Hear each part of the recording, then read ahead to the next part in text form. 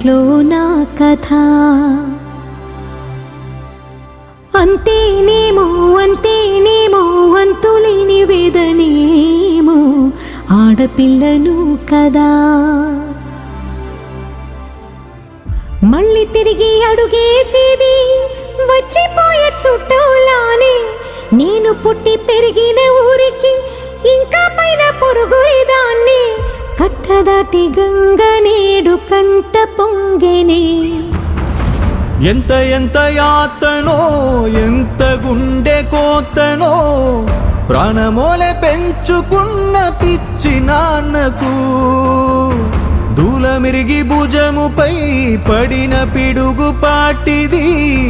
ఇంత కన్న నరకమే లేదు జన్మకు